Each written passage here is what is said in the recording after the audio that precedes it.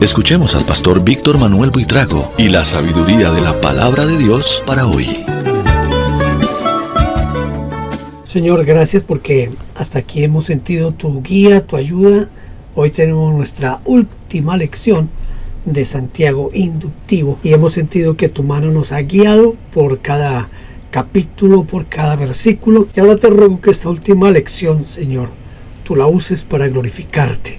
Glorifícate a través de esta lección y en cada uno de quienes ven estos videos, estas lecciones.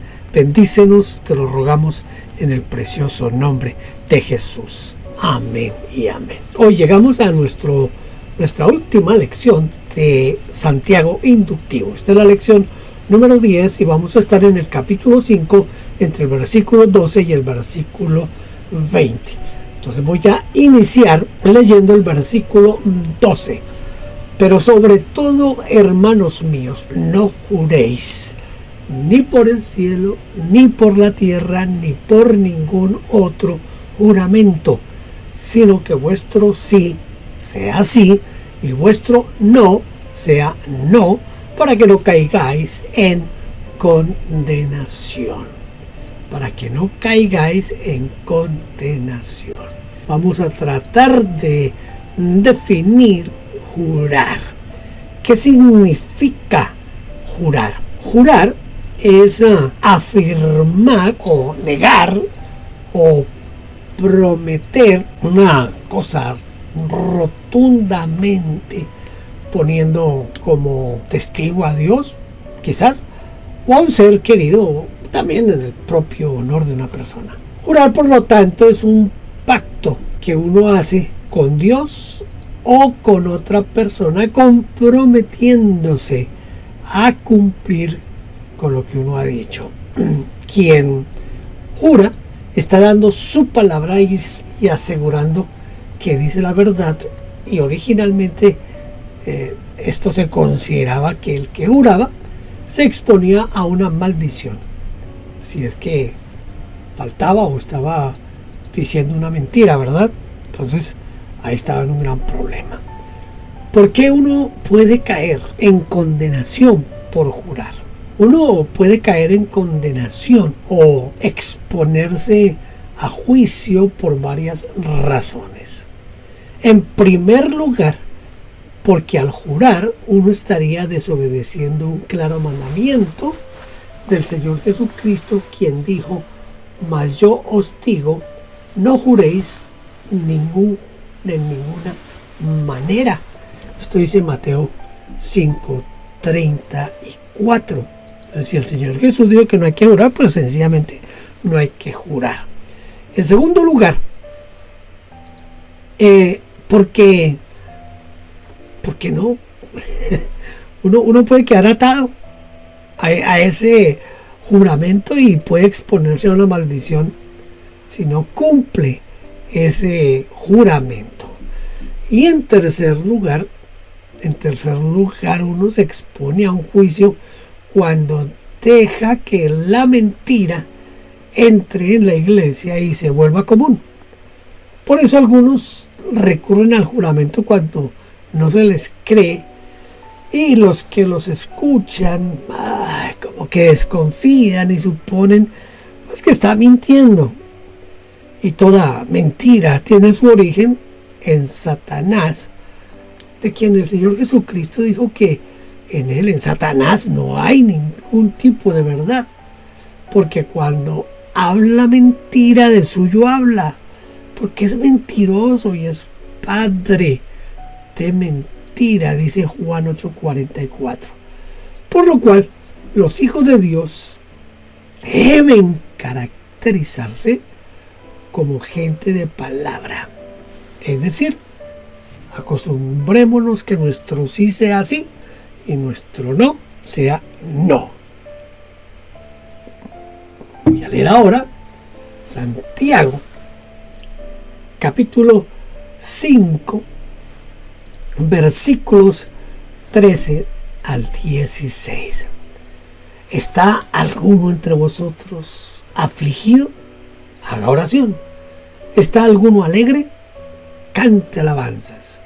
¿Está alguno enfermo entre vosotros? Llame a los ancianos de la iglesia y oren por él, ungiéndole con aceite en el nombre del Señor. Y la oración de fe salvará al enfermo, y el Señor lo levantará. Y si hubiere cometido pecados, le serán perdonados. Confesaos vuestras ofensas unos a otros, y orad unos por otros para que seáis sanados. La oración eficaz del justo puede mucho, pero mucho, mucho, mucho. Entonces, ¿por qué nos dice: ¿está alguno entre vosotros afligido? Cante alabanzas. ¿Por qué no dice de esa manera? Por sentido común. Nadie debería obligar a cantar alabanzas al que está afligido, ¿verdad? Porque por lo menos, o por ejemplo, en Proverbios capítulo 5, versículo 20, dice: el que canta canciones al corazón afligido es como el que quita la ropa en tiempo de frío, o el que sobre el jabón echa vinagre. La versión latinoamericana traduce: es como echar vinagre en una llaga. Y el dolor se incrementa. Las penas no se van con el canto, sino que se agravan. El mejor remedio para el corazón afligido es la oración. ¿Está alguno de vosotros afligido? Haga oración. ¿Está alguno alegre? Cante alabanzas. Lo que literalmente el texto dice es: cante salmos. Cante salmos. Eso es lo que dice el texto. ¿Quiénes son los ancianos de la iglesia? ¿Y para qué deberían ser llamados? Los ancianos de la iglesia. Los ancianos de la iglesia, que eran llamados presbíteros, no recibían este título por ser de mucha edad, sino por ser más bien responsables de la iglesia. Por lo tanto, para nosotros hoy, los ancianos de la iglesia son los pastores, los ministros, o los líderes en general, a quienes el enfermo debería llamar para que oren por él y para que lo unjan con aceite en el nombre del Señor Jesucristo. Por lo tanto, escucha, esto es muy importante porque a veces somos un poquito imprudentes. Por lo tanto, la facultad de orar la da es el enfermo. Es decir, el enfermo decide si llama o no a los ancianos. Porque algunos enfermos no quieren que se ore por ellos, ni que se les visite. Y si es así, debemos respetar su libertad de decidir. ¿No les parece? Eso es apenas como obvio, como un principio a tener en cuenta. Recuerdo, leí un libro por los años 70, hace muchos años ya. Leí un libro de un predicador que Dios utilizaba mucho en las sanidades. Entonces, él estaba en una iglesia predicando y se estaba sanando, como decimos en Colombia, don Raimundo y todo el mundo. Entonces el pastor le dijo al evangelista, le dijo: yo tengo una anciana en la iglesia que ha sido muy fiel, fue muy fiel, pero de pronto quedó inválida, quedó en silla de ruedas, y él fue una mujer de mucha ayuda, muy valiosa para la iglesia. ¿Por qué no me acompaña y oramos por ella? Y se fueron los dos, el pastor y el evangelista. Cuando llegaron a la casa donde la hermana, el pastor, muy contento, muy esperanzado, le dijo a la hermana, este es el evangelista tal. A mí se me olvidó el nombre porque era un nombre como inglés, pero muy difícil de pronunciar. Entonces, aquí está el hermano, él está orando por los enfermos y el Señor los está sanando. Así que venimos a orar por usted para que el Señor la sane. El pastor dice: que él se sorprendió cuando la hermana lo miró y le dijo: pastor, ¿a usted quién le dijo que yo quería ser sana? ¿Quién le dijo eso? ¿Cómo así? Pues toda persona quiere ser sana. ¿A quién le gusta estar en una silla de ruedas? Entonces el pastor dice: pero ¿cómo así? Pues todos creemos que queremos sanidad. Entonces ella le dijo: mire, pastor, yo estuve sirviéndole a mi esposo por 25 o más años, atendiéndolo, cocinándole, manteniéndole la ropa lista, manteniendo la casa aseada. Llegaba y tenía su comida caliente, pero nunca me dio las gracias. Nunca me dijo gracias. Nunca expresó cariño por esas actividades mías. Pero ¿sabe una cosa, pastor? Desde que yo estoy en esta silla de ruedas, mi esposo se desvive por mí. Está pendiente de qué necesito, está pendiente de mis comidas, está pendiente de bañarme, está pendiente de todo y se desvive por mí. Pastor, ¿usted cree que yo quiero volver a la antigua vida? No, mientras estoy aquí en esta silla de ruedas, mi esposo me va a apreciar, me va a tener cariño, me va a expresar cariño. Así que gracias y perdóneme, señor evangelista, pero yo no quiero ser sana. No todos quieren ser sanos. ¿Sabía usted eso? No todos quieren ser sanos. Y como no todos quieren ser sanos, entonces por eso es que el enfermo es quien tiene que dar la autoridad y el quien tiene que decir si llama o no a los ancianos de la iglesia. Aquí se mencionan 3 resultados de la oración de fe. ¿Cuáles son esos 3 resultados? Vamos a tratar de mirarlos.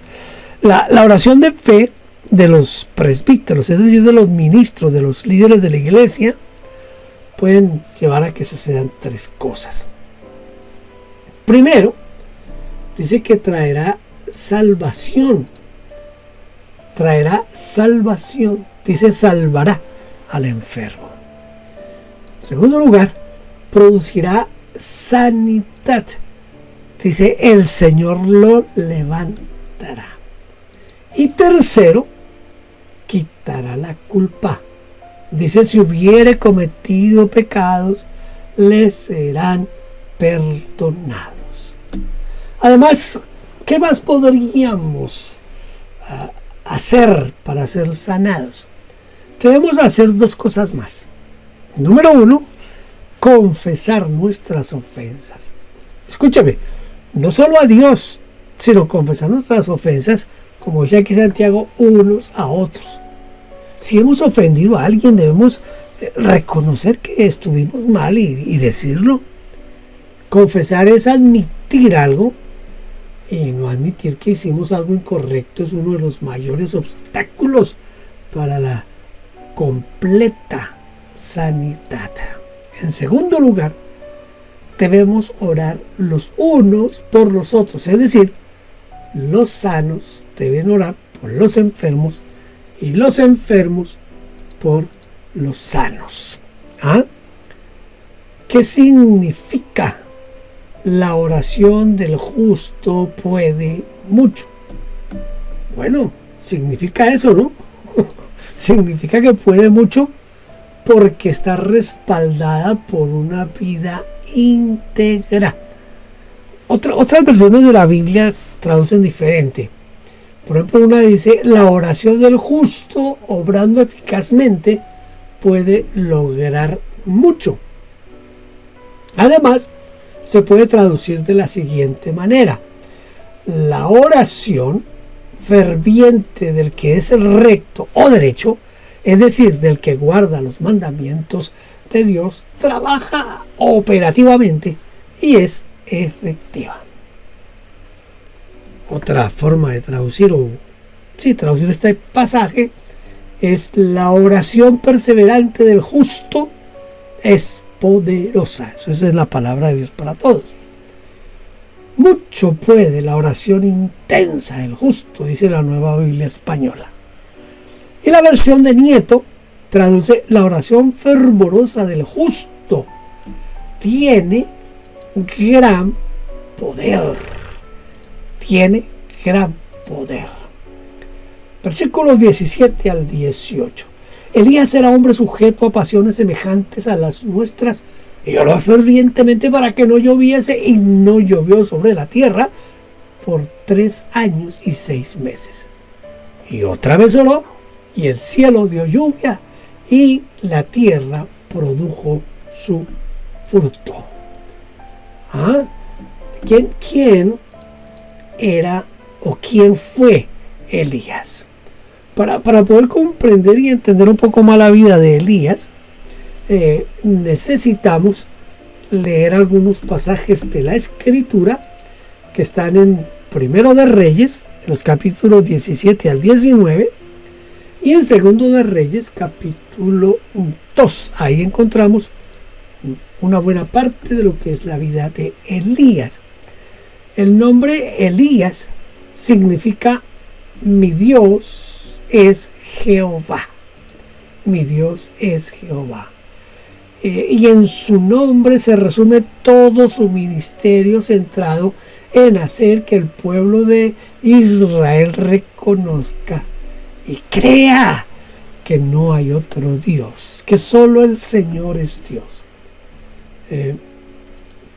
Si tratáramos de hacer un orden cronológico en la vida de Elías, por lo menos los pasajes más, o sea, las partes más importantes de la vida de Elías, podríamos hacer algo más o menos parecido a esta secuencia. Primero, Elías anunció que no llovería y se retiró al arroyo de Querit, donde fue alimentado con un pan y carne por los cuervos. Esto lo encuentra en 1 Reyes 17, del 1 al 7. Segundo, cuando el arroyo se quedó sin agua, yo le digo que se trasladara a Sarepta de Sidón, a la casa de una viuda que vivía con su hijo, donde milagrosamente fueron sustentados con la harina y el aceite que se reprodujo cada día hasta que pasó la crisis. Esto también lo encuentran en 1 Reyes 17. Todo lo que le voy a mencionar aquí están en los pasajes que le mencioné hace un rato. Tercero, el hijo de la viuda murió a causa de una enfermedad. Y Dios oyó o escuchó la oración de Elías, volviéndole la vida. En cuarto lugar, Elías regresó a Samaria y demostró que Jehová es Dios.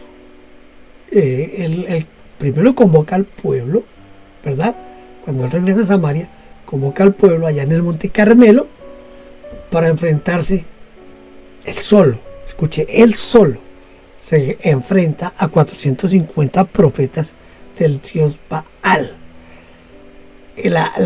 Lo que iba a hacer Elías en este momento era demostrar que Jehová era Dios.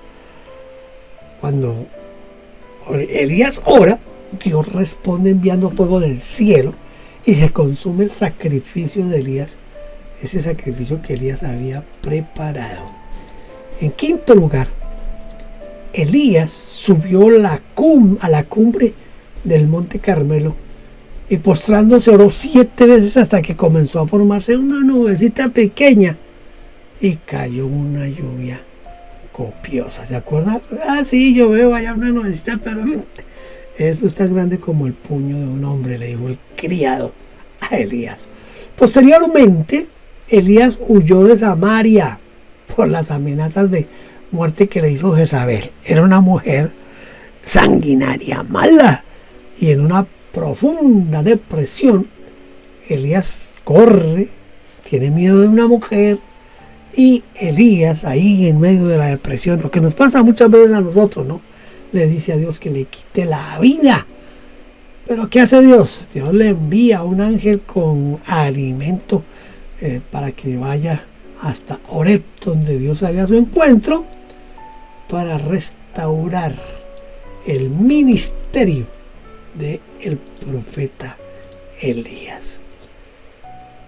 Luego Eliseo se unió a Elías para ser el sirviente de Elías, para servirle. Octavo, Elías, tomando su manto, golpeó el agua del río Jordán, el cual se abrió y permitió a Elías y a Eliseo pasar en seco.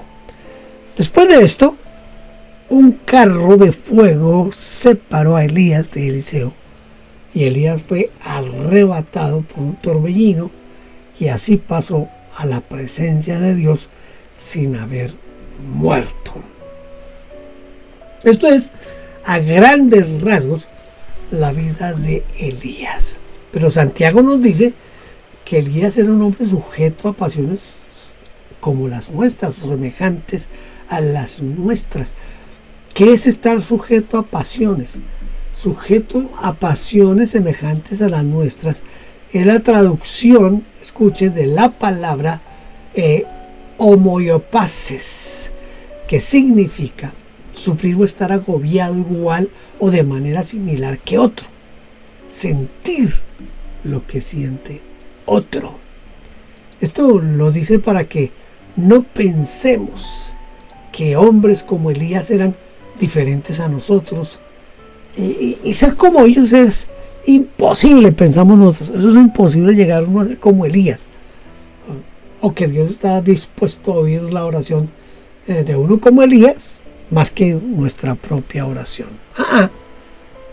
Para Santiago, la llave de la respuesta estaba en el fervor, ese fervor que nosotros podemos poner en nuestra oración. Si oramos fervientemente, Dios responderá nuestra oración. Así de fácil. Ahora, ¿qué es orar fervientemente? La frase aquí utilizada, oró fervientemente, en griego dice literalmente, oró con oración o rogó con oración insistente. Es decir, puso su vida en su oración y oró intensamente para que no llueva, y no llovió durante 3 años y 6 meses. Y volvió a orar del mismo modo para que llueva. Llovió hasta que la vida volvió a la naturaleza. De todas maneras, si quisiéramos poder tener tanta autoridad y poder en la oración como estos grandes hombres de Dios, en este caso como Elías, ¿verdad? Menos que usted diga, Señor, que no llueva más hasta que yo lo vuelva a decir. Y cuando ya usted diga, bueno, ya es tiempo, diga, Señor, ahora abre las ventanas de los cielos y que caiga agua a torrentes. Tremendo. Voy a leer ahora los versículos 19 y 20. Hermanos, si alguno entre vosotros se ha extraviado de la verdad y alguno le hace volver, sepa que el que haga volver al pecador del error de su camino, salvará de muerte un alma y cubrirá multitud de pecados. Viene aquí una parte como un poquito escabrosa dentro de lo que pasa en el mundo de la iglesia de hoy. ¿Qué es extraviarse de la verdad? Extraviarse de la verdad significa salir, vagar, alejarse del buen camino por haber sido seducido o engañado por el pecado o por alguna herejía o por alguna mentira. Uno se extravía de la verdad cuando se aleja de la comunión de la iglesia, que es el baluarte y la columna de la verdad, según dice primera a Timoteo 3:15. El que hace volver al verdadero camino al extraviado, ¿qué logrará? Bueno, se supone que va a lograr 2 cosas. ¿Cuáles son esas 2 cosas? El que logra que una persona que se ha perdido o extraviado regrese al Señor, logrará estas 2 cosas. Primero, salvará de muerte un alma. Esto nos indica que el alejamiento, escuche esto es interesante, que el alejamiento solo puede conducir a un solo destino, la muerte del alma, y el que logra convertirlo la salvará. Y segundo, dice que ocultará o cubrirá multitud de pecados. Aquí es donde yo mismo he caído, aquí en mis lecciones, en videos que he hecho, he caído en ese pequeño error de estar denunciando doctrinas falsas, pero que en realidad no van a producir nada. Por ejemplo, hay tantos cantos evangélicos que son herejías de que comienzan hasta que terminan, pero ¿gana uno algo con denunciarlos? No, porque la mayoría de los evangélicos primero no leen la Biblia y no entienden lo que uno está tratando de transmitirles, porque como no leen la Biblia no saben de qué está hablando uno. Por ejemplo, le doy un ejemplo así rapidito. Cada vez que usted en un canto, coro, un himno, lo que sea, usted diga: mi alma tiene sed de Dios. Eso suena bonito porque en los salmos dice eso. David dice: mi alma tiene sed de Dios, y como el siervo brama, y todo el cuento aquel. Pero escúcheme esto. Cada vez que usted canta eso, usted le está diciendo al Señor Jesucristo que Él es un mentiroso. ¿Por qué razón? Porque el Señor Jesucristo, en el Evangelio de Juan, capítulo 4, Él dice que el que bebe del agua que Él da no tendrá sed jamás. Luego en el capítulo 7 de Juan, el Señor habla sobre el Espíritu Santo como los ríos de agua viva en nuestro interior. Entonces, quiere decir que Dios nos ha garantizado que no tendremos sed jamás, porque hay un río permanente de agua fluyendo dentro de nosotros que apagaría cualquier asomo de sed. Entonces, cuando usted canta: mi alma tiene sed de Dios, o tengo sed de Dios, esas cosas, está siendo mentiroso al Señor Jesucristo. ¿Entiende eso? Hay tantas cosas que dice la gente por ahí. Pero escúcheme, a veces denunciar este tipo de herejías no lleva a nada, lleva solo a unas discusiones tontas que en teología se llaman discusiones bizantinas, es decir, que se puede discutir y nunca se va a llegar a un acuerdo. Cuando Santiago dice aquí que si alguien hace volver a alguien del error, escúcheme lo que le quiero decir. Primero, las herejías nos llevan a la perdición. Y aquí comienza una gran... si jalamos esa punta de ese hilo, comienza un gran problema con los calvinistas supralapsarios, los infralapsarios, con los que la muerte de Cristo fue para cierto grupo de personas y que para otros. Se armaría un problema, pero un problema.